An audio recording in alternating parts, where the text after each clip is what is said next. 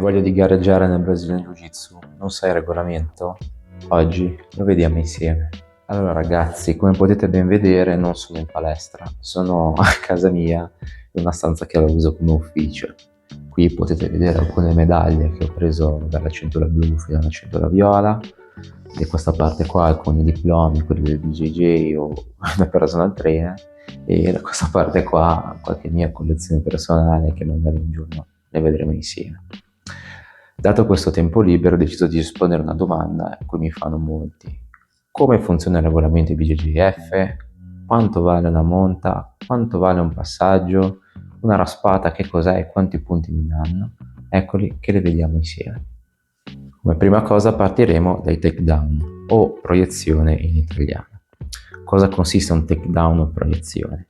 In qualunque modo tu porti giù un avversario dalla posizione di lotta in piedi alla posizione di lotta a terra. Puoi portarlo giù con un double leg, con un single leg, con una mossa di judo, con una mossa di lotta libera. L'importante è che quando tu lo porti a terra stabilizzi per più di 3 secondi. In tal caso ti vengono assegnati 2 punti. Adesso passiamo al passaggio di guardia.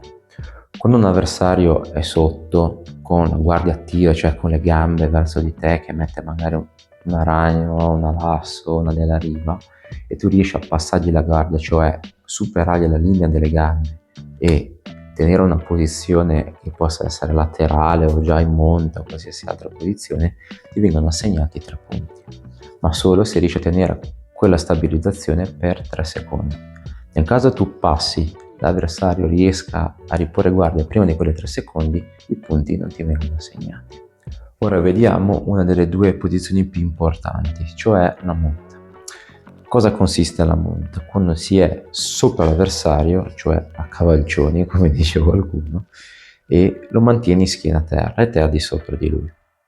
Perché è così importante questa posizione? Se tu riesci ad arrivare lì e mantenere per più di 3 secondi, ti dà addirittura 4 punti, che è più di tutte le altre posizioni. L'altra posizione invece è la schiena. Cosa consiste prendere la schiena? Vuol dire che hai la cintura di sicurezza sul tuo avversario e entrambi i piedi utilizzati come ganci qua in mezzo alle gambe. Importante, se tu incroci le gambe oppure fai il triangolo al corpo, molte volte non ti vengono contati i punti, anche se stabilizzi più di 3 secondi. Quindi è molto importante avere i piedi a gancio. Una volta che hai preso i 4 punti, anche qua come la monta, allora puoi spostare i piedi e andare in altre posizioni.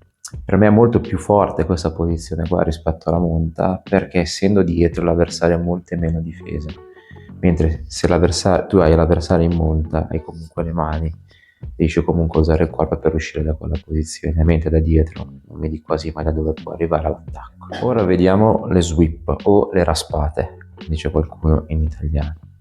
Cosa vuol dire? Quando sei sotto in una posizione di guardia, qualsiasi esso sia, e tu riesci a ribaltare la posizione. Cosa significa? Quando tu da sotto sei in guardia chiusa, riesci a fare uno sweep, pam, e finisci sotto l'avversario e ci rimani per più di 3 secondi. Quando tu ribalti, tra virgolette, la situazione, tu guadagni 2 punti, esattamente come il takedown. Ok, ora che abbiamo visto tutte le situazioni dove ti danno dei punteggi, ora vediamo i vantaggi e le penalità. Cominciamo proprio dai primi, i vantaggi. Che cos'è un vantaggio? Allora, un vantaggio sono quei punti morali che ti danno se tu provi a fare una certa azione, una finalizzazione, una raspata, un passaggio di guardia, ma non riesci a stabilizzare per quei 3 secondi. E quindi invece che darti un punto, ti danno un vantaggio. Allora, cosa importante, i vantaggi non diventeranno mai dei punti. I vantaggi vengono conteggiati a parte e vengono utilizzati solo nel caso di pareggio, e quindi si guardano i vantaggi, chi ha fatto più azioni per riuscire a vincere l'incontro, per dargli la vittoria di quel match. La penalità invece viene data quando un atleta fa un'azione non consentita dal regolamento, come ad esempio mettere le mani all'interno in questo modo del kimono dell'avversario, fare troppo stall, cioè rimanere chiuso in una posizione e aspettare che il tempo passi. E come vengono trattate le penalità? Allora, alla prima penalità non ti viene fatto niente, ti segnano solo penalità e basta. Alla seconda penalità viene assegnata a te la penalità giustamente e in più viene dato un vantaggio all'avversario. Alla terza ugualmente, solo che vengono dati 2 punti all'avversario. Alla quarta penalità invece ti viene, vabbè, a parte segnata la penalità, ma vieni squalificato dall'incontro.